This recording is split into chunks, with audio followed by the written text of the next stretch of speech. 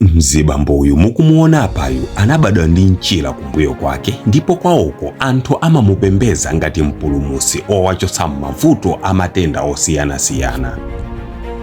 Mzibambo uyuyu ndi ndani? N'chifukwa chani anamera mchira atabadwa? Nanga n'chifukwa ninji anthu amapita kukapempha machiritso kwa mkuluyu? Moyo wake wa masiku onse umamuyendera bwanji?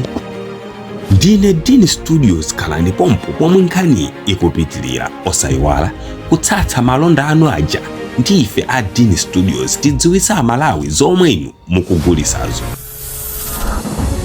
Chandre Oraon ndiye dzina lake, wa dziko la India. Anabadwa zabwinobwino muja momwe tonse tibadwira, koma atabadwa anapezeka kuti wamera mchira kumbuyoku, mchira wa tsitsi.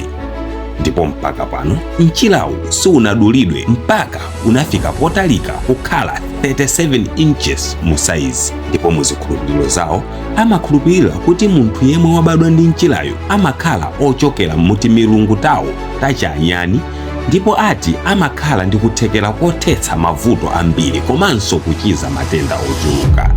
Choncho Chandre anthu amamutenga ngati munthu oti akapita azikawapatsa madaliso ena ndi ena, kuphatikizapo kuwachiritsa nthenda zawo zomwe ali nazo. Amapita anthu ochuluka ndi mphaso zosiyanasiyana zokampasa Chandre ngati nsembe. Anthu kwawoko amakhulupirira kuti Chandre ndochokera mu milungu yachanyani ya Mahindu. Kugwira mchira okhawo ati ndi mdaliso waukulu. Pamakhala nthawi pachaka yomwe anthu amachoka madera osiyanasiyana nkupita ku nyumba kwake, ndipo amadzaza anthu muja achitira ku msonkhano.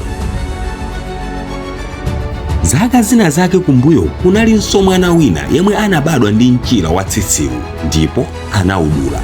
Koma anthu amalankhula zochuluka kuti mwana ameneyo afa kapena amugwera matsoka akulu, koma ayi ndithu mpaka anakula. Chandre mchira umenewu iye amati ndi mdaliso wapaderadera, ndipo kudula mchirawu ndi tsoka loopsa, ndipo ndi zomwe iye sangachite olo pang'ono. Maganizo anu ndi otani anzanga oonera?